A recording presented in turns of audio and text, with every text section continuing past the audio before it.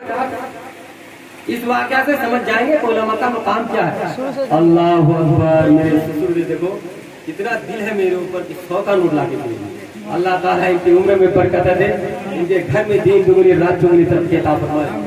اور اس عرس کے صدقے سے یہاں جتنے لوگ بیٹھے ہوئے ہیں یا میرے سسر کے گھر سے جتنے لوگ گزر گئے سبوں کی مغفرت عطا فرما کر جنت الفردوس میں اعلیٰ سے اعلیٰ مقام عطا فرما.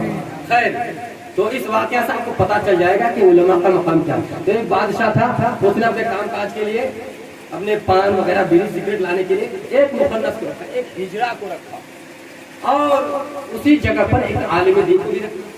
ایک عالم دین کو رکھا تاکہ کوئی بھی آئے تو مسئلے کا جواب دے. کوئی مسئلہ بھی آ سکتا ہے نا, تاکہ مسئلہ مسائل آئے تو وہ عالم صاحب نماز پڑھے اور اس کا جواب دے. تو اس ہجڑے کو عالم صاحب سے بہت حسد تھا. وہ حسد کے آگ میں اس قدر جلنے لگا کہ کتنے دن ہو گئے اور میرے کام کرتے کرتے میں موت کے منہ میں جا رہی ہوں, اور یہ عالم ہے کہ دن بھر کرسی پر بیٹھا رہتا, کوئی سوال بھی نہیں آتا. حسد کے آگ میں وہ جلنے لگا. حسد کے آگ میں وہ ہجرا, وہ مخنث جلنے لگی, وہ علماء سے جلنے لگی. کہا ارے میں تو کام کرتے کرتے پریشان ہو گئی, اور یہ ہے عالم صاحب کہ کرسی پر بیٹھے بیٹھے دن بھر کا تنخواہ لے لیتا ہے. اب حسد کے آگ میں وہ جلنے لگے. ایک دن اس نے خود 3 سوال پیدا کیا, اس علماء کو پھنساؤں گا. اور ایک چیز کا دستور ہے, دیکھیے ہر چیز کا ایک دستور ہے. جب علماء کسی جگہ پر رہنے لگتا ہے اور کچھ لوگوں کو ان سے محبت ہو جاتی ہے اور علماء حق بات بیان کرتے ہیں, تو کچھ پیسے والے ان کے دشمن بن جاتے ہیں. کچھ امیر لوگ جن کا ایمان کمزور ہوتا ہے وہ امام کے پیچھے پڑ جاتے ہیں, ان سے بغاوت شروع کر دیتے ہیں. یہ اکثر دیکھا جاتا ہے. تو ایسے اماموں کو پھر جب وہ بھاگتا نہیں ہے تو پھر اس کو پھنسایا جاتا ہے. جب بھاگتا نہیں ہے وہ تو پھر ایسے اماموں کو پھنسایا جاتا ہے تاکہ وہ پھنسا کر اس کو بھگایا جائے. ایسے لوگوں کی عادت ہوتی ہے. تو ہجرے نے اب یہ چال چلی کہ یہ امام بیٹھے بیٹھے تنخواہ لیتا ہے, وہ حسد کے آگ میں چلنے لگا. میرے کام کرتے کرتے صبح سے لے کر شام تک مجھے کام ہی کرنا پڑتا, اور یہ امام صاحب ہے یا عالم صاحب ہے کہ دن بھر کرسی پر بیٹھے بیٹھے تنخواہ لیتا. تو حسد کی بھٹی میں وہ جلنے لگا. تو ایک دن کیا ہوا, اس نے کہا کہ بھائی 3 سوال اس نے تیار کیا, اور بادشاہ سے کہنے لگا دیکھو یہ عالم صاحب بیٹھے بیٹھے تنخواہ لیتا, 2 دن ہو گئے کوئی سوال آیا نہیں. آج 3 سوال میں لایا ہوں, اس عالم سے پوچھو, اگر سوال کا جواب دے دے تو ٹھیک ہے 3 دن کی مہلت دو, اگر سوال کا جواب نہ دے پائے تو اس کو پھانسی پر لٹکا, اس کو پھانسی پر لٹکا دو. بادشاہ نے کہا چاہو 3 سوال کیا ہے. بادشاہ نے عالم صاحب کو بھی بلائے اور وہ ہجرا بھی بیٹھے, بیچ میں بادشاہ ہے. تو ہجرا آیا, بادشاہ نے کہا تو سن لیے سوال سب. بادشاہ نے کہا مولانا صاحب آج تک کوئی سوال آیا نہیں ہے, 3 سوال ہے. کہا کیا سوال ہے؟ کہا دنیا کا بیچ سینٹر کہاں پر؟ توجہ سے سنیے گا, دنیا کا بیچ سینٹر کہاں پر؟ اچھا عالم صاحب نے کہا اچھا دوسرا سوال, آسمان میں تارے کتنے؟ آسمان میں تارے کتنے؟ توجہ سے. تیسرا سوال کیا تھا اس بادشاہ کا کہ دنیا میں کتنی عورتیں کتنے مرد؟ اب وہ عالم صاحب کے پسینے تھے, پیشانی سے پاؤں تک پسینے بہنے لگے. 3 دن کی مہلت. بادشاہ نے کہہ دیا امام صاحب 3 دن کی مہلت دیتا ہوں, سوال کا جواب دے دیا تو صحیح ہے, ورنہ 3 دن کے بعد پھانسی پر لٹکا دوں گا. اب عالم صاحب نے کہا یہاں بیٹھے رہ کر میں کیا کروں گا, کم سے کم اپنی بیوی بچوں سے تو ملاقات کروں. 3 دن کے بعد تو مرنا ہی ہے. قرآن میں نے پڑھا, حدیث میں نے پڑھا, آج تک یہ باتیں میں نے پڑھی نہیں, یہ کہاں سے جواب دوں گا. اب ان کے پسینے چھوٹ گئے, گھر گئے پریشان ہو کر. جب وہ اپنی بیوی کو یہ باتیں سنائی تو بیوی بھی رونے لگی کہ 3 دن کے بعد میرے سہاگ اجڑ جائے گا, میرے شوہر ختم ہو جائے گا, میں بدوا ہو جاؤں گا, میرا جو شوہر ہے وہ اس دنیا سے رخصت ہو جائے گا, انتقال ہو جائے گا, تو میں بدوا بیوہ ہوگا. وہ بھی رونے لگے. اللہ اکبر. اتنی میں اس امام صاحب کا جو دھوبی تھا کپڑا دھونے والا, وہ دھوبی کپڑا لینے کے لیے آیا تو کہنے لگا دھوبی سے, دھوبی صاحب جو کچھ لین دین تھا لینے میں دینے میں کسی چیز کی کمی بیشی ہو گئی ہو تو معاف کرنا, آج کے بعد کپڑے کا سلسلہ ختم. آج کے بعد کپڑے دھونے کا نمبر نہیں آئے گا. اب دھوبی پریشان, ये कौन सी बात है, कैसी बात है? कहने लगे मौलवी साहब क्या बात है, अब ऐसी बातें क्यों कर रहे हैं? क्या भाई क्या बताऊं, मैं बहुत परेशान में हूँ। कहा बताओ तो सही किस परेशानी में मुब्तला हो। उस धोबी ने कहा बताओ तो सही क्या मसला है, क्या सवाल है, उसका जवाब मैं दे दूंगा। हो सकता है अगर उस सवाल का जवाब मेरे पास हो। कहा क्या तुम जवाब दे दो? बुखारी मैंने पढ़ा, मिशकात मैंने पढ़ा, तिरमिज़ी मैंने पढ़ा, कुरान मैंने पढ़ा, तफसीर मैंने पढ़ा, मेरे पास उसका जवाब नहीं था, तू कैसे जवाब दे देगा? धोबी ने कहा अच्छा बताओ तो सही। उसने कहा देखो बादशाह ने मुझे 3 सवाल दिए, अगर इन 3 सवालों का जवाब दिया मेरी जान बच जाएंगे, वरना मैं चला जाऊंगा, मुझे फांसी पर लटका दिया जाएगा। का क्या सवाल है? का पहला सवाल ये है कि दुनिया का बीच सेंटर कहाँ पर? अच्छा। दूसरा सवाल ये है कि आसमान में तारे कितने हैं? अच्छा। तीसरा सवाल कि दुनिया में कितने मर्द है, कितने औरतें हैं? तो धोबी ने कहा मौलवी साहब, इमाम साहब, ये तो मेरे बाएं हाथ का खेल है, आप इतना परेशान होते हैं? परेशान होने की जरूरत नहीं है, आपको टेंशन लेने की जरूरत नहीं है। इन 3 सवालों का जवाब तो मैं चुटकी में दे दूंगा, चुटकी में। अब तो इमाम साहब के दिल में कुछ राहत पहुंची, कुछ सुकून मिला कि चलो कुछ हो या ना हो, धोबी ने तो कम से कम उम्मीद तो दी है। तो कहा अच्छा धोबी साहब आप कब जाएंगे? कह दो फला दिन 10 बजे मैं गधे पर सवार होकर जाऊंगा, मैं गधे पर सवार होकर जाऊंगा।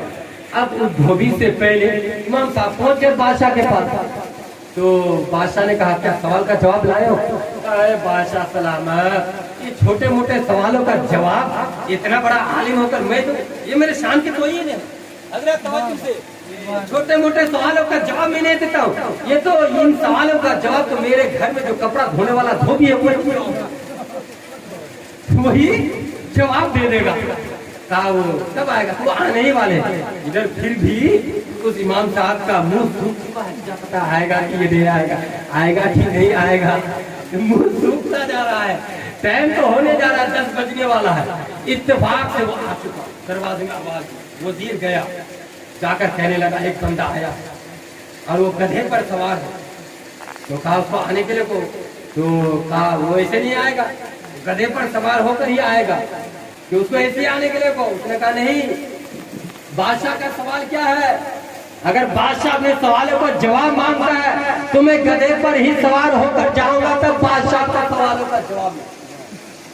भाई तवज्जो है ना, तवज्जो ना, ध्यान है ना, तब जाकर बादशाह को सवालों का जवाब मिलेगा। तो बादशाह ने वजीर को कहा अच्छा ठीक है, जाओ उनसे कहो कि भाई ये गधे पर ही सवार होकर के आ जाओ, गधे पर सवार होकर के आ जाओ। अब वो धोबी गधे पर सवार होकर बिल्कुल मचलता हुआ, खुशी मनाता हुआ बादशाह के आगे आकर बैठ गए। बैठने के बाद अर्ज किया, बादशाह ने कहा ऐ धोबी जल्दी बता कि 3 सवाल है कि दुनिया का बीज सेंटर कहाँ पर है। दूसरा सवाल आसमान में तारे कितने हैं। तीसरा सवाल दुनिया में कितने मर्द हैं, कितनी औरतें हैं।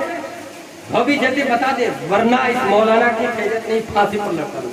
उधर वो हिजरा जो था वो खूब हंस रहा था, वो हिजरा खूब हंस रहा था कि मौलवी तो फंस गया, मौलवी तो फांसी पर लटका कर ही छोड़।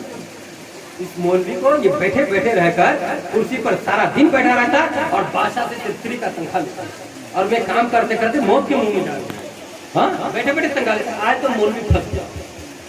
धोबी ने कहा सही है बादशाह सलामत, सवाल का जवाब चाहिए। कहाँ सवाल का जवाब चाहिए? धोबी के सामने एक लाठी, रस्सी और गधा, रस्सी लाठी। धोबी ने कहा बादशाह सलामत, क्या आपको सवाल का जवाब चाहिए? कहाँ सवाल का जवाब चाहिए? उस धोबी ने अपनी आंखों को बंद कर लिए। 10 minute, 20 minute, 30 minute, 40 minute, 50 minute, 1 घंटा, 1.5 घंटा तक आंखों को बंद करके रखे। 1.5 घंटा आंखें बंद करने के बाद जब 1.5 घंटा पूरा हो चुके, 1.5 घंटा के बाद जब आंखें खोलते हैं, खोलने के बाद उस धोबी के पास जो लाठी, जो डंडा था, उसी जमीन पर उसी बादशाह के सामने गाड़ देते हैं और बादशाह से अर्ज करते हैं बादशाह सलामत, सवाल का जवाब मिल गया।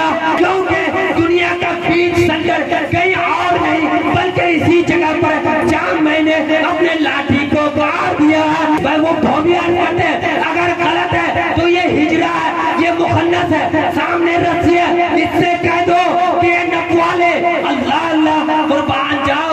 अब वो छक्का वो हिजरा सुनकर परेशान हो गया, ये धोबी ने कैसे उस हिजरे को फंसाया। अब बादशाह ने कहा हिजरा जल्दी से बता। धोबी ने जो कहा क्या ये सच है? अल्लाह अकबर। अब उस हिजरे ने भी कह दिया हाँ हाँ बादशाह सलाम, धोबी ने जो कहा वो बिल्कुल सच है, वो बिल्कुल सच है। अब डंडा तो उसी जगह पर काट दिया। धोबी ने कह दिया कि मेरे सामने रस्सी है, अगर 1 इंच की भी कमी पेशी हो जाए तो सामने हिजरा बैठा हुआ है, उससे कह दो कि वो नपवा ले। इतनी बड़ी जमीन कहाँ से नपेगा भाई? हाँ, अब वो हिजरा फंस गया, धोबी ने उसी को फंसा दिया। चलो बता ही देता हूँ कि धोबी ने जो कहा बिल्कुल सच है। पहले सवाल का जवाब मिल गया। अब बादशाह का दूसरा सवाल, बादशाह ने कहा अच्छा ये बता कि आसमान में तारे कितने हैं? अब धोबी ने आंखें बंद कर ली। 10 मिनट, 20 मिनट, 30 मिनट, 1 घंटा, 1.5 घंटा, पौने 2 घंटा तक धोबी ने आंखें बंद रखा। पौने 2 घंटा के बाद जब आंखें खोलने के बाद पसीने से सराबोर हो गए, बादशाह के सामने अर्ज करते हैं ऐ बादशाह सलामत, मैंने आसमान को चारों तरफ से देखा, नजारा मिलाई, अपने नजारा कर लिया, मगर मैं बताना चाहता हूँ कि आसमान में इतने तारे हैं जितने मेरे गधे के जिस्म में बाल है। अगर एक भी तारे में कमी बची हो तो सामने ये मुखन्नस ये हिजरा बैठा हुआ है, उनसे कह दो कि मेरे गधे के बालों को गिनवा ले। मेरे गधे के जिस्म में जितने बाल है वो गिन ले, जितने मेरे गधे के जिस्म में बाल है उतने ही आसमान में तारे, जितने आसमान में तारे हैं उतने ही मेरे गधे के जिस्म में बाल है। अब वो हिजरा से कहा बादशाह ने हिजरा से कहा ए हिजरा क्या ये सच कह रहा है? अब भाई गधे के बाल को कौन गिन सकता है? बताइए बताइए, मजा आ रहा है कि नहीं भाई? आ रहा है ना, तवज्जो है ना? गधे के जिस्म के बाल को गिन सकता है? अब उस हिजरे ने भी जल्दीबाजी में कहा ये धोबी तो मुझे लेकर के मारेगा, ये तो मरेगा नहीं, मुझको ही मरवा देगा। हाँ? अब उस हिजरा ने कहा हाँ बादशाह सलामत, ये बात भी सच है, ये बात भी सच है।